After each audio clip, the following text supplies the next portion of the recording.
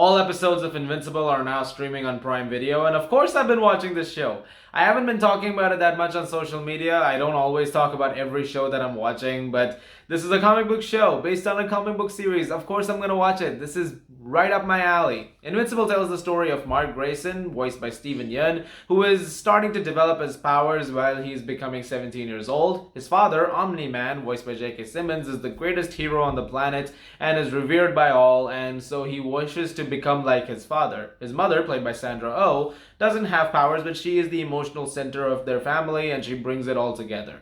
When things start to get more and more intense, however, and more enemies start showing up, Invincible is born because Mark takes on that persona and he starts to help out humanity. However, as it turns out, his father may have a dark side of his own and he's doing some stuff on the side that might be very, very shady. Before I go any further, there are going to be some spoilers in this review. You have been warned because there are certain things I do need to talk about in regards to what happens in this series. The very first spoiler right out the gate is that the Guardians of the Globe, the other superheroes that are on the planet and are helping out humanity, are killed by the end of the very first episode by Omni-Man. And we get to know the reason of this much later, but that's essentially what we're dealing with. And so the show is also part detective, mystery, and others trying to figure out who did it, even though we as the audience already know that Omni-Man is behind the murders, and we see that happen in a very grotesque way. Right out the gate, let's talk about the animation because it is exquisite. It is gorgeous to look at. This is a really good looking show, and it's really well animated. The action sequences are very innovative, they're very bloody and gory.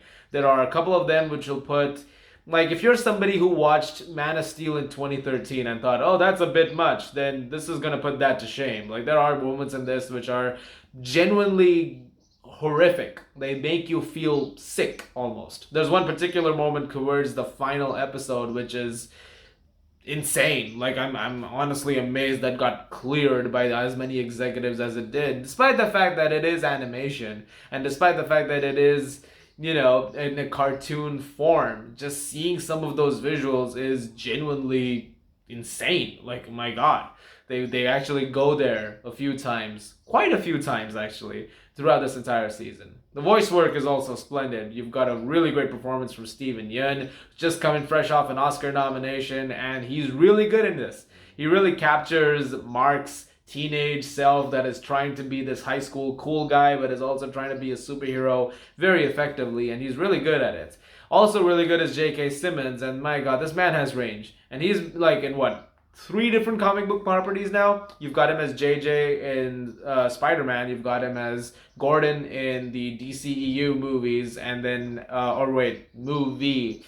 And then you've got him now as Omni-Man in this universe, and he's really good here. He's very menacing, he's very cold and calculated. It's actually the perfect role for J.K. Simmons.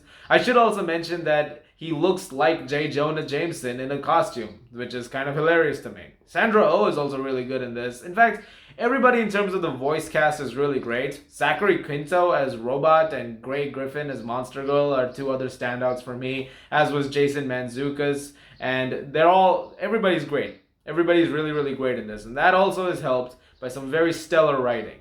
This is a very well-written show. It's not always on point. There are a couple of things where I think they could have trimmed it down, or maybe they could have avoided doing something entirely. There were a couple of subplots in particular which didn't really feel like they added much to the final product, beyond a couple of moments here and there. But beyond that, every single thing that happens in this show has a purpose, has a reason for happening, and it's done very effectively. It also is very unpredictable. A lot of things that happen in it are not the things that I expected.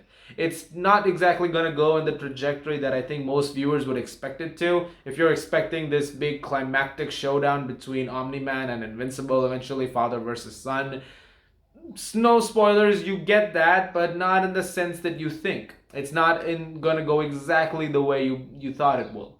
And I love that. I like the fact that the show constantly plays around with those expectations. It's not quite doing the same thing that I expected it to, or the same things that I expect most superhero shows to do after a certain point. It doesn't build to a second or third act that goes a certain way. Even though it does hit those beats every now and then, you do have moments where the hero feels down at the end of the second act, and then you have to build up to a rousing third act. But again, you may or may not get that with Invincible, and that is the beauty of it.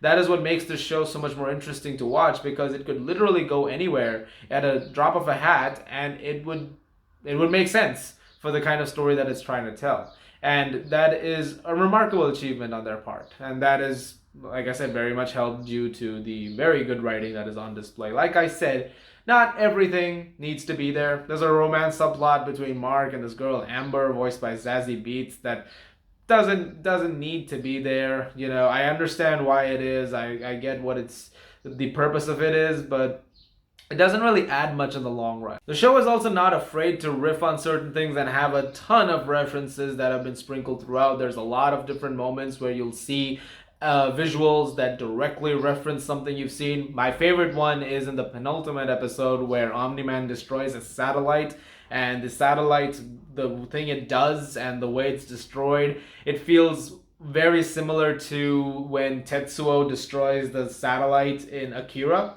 And that was pretty cool. That was a very cool visual reference.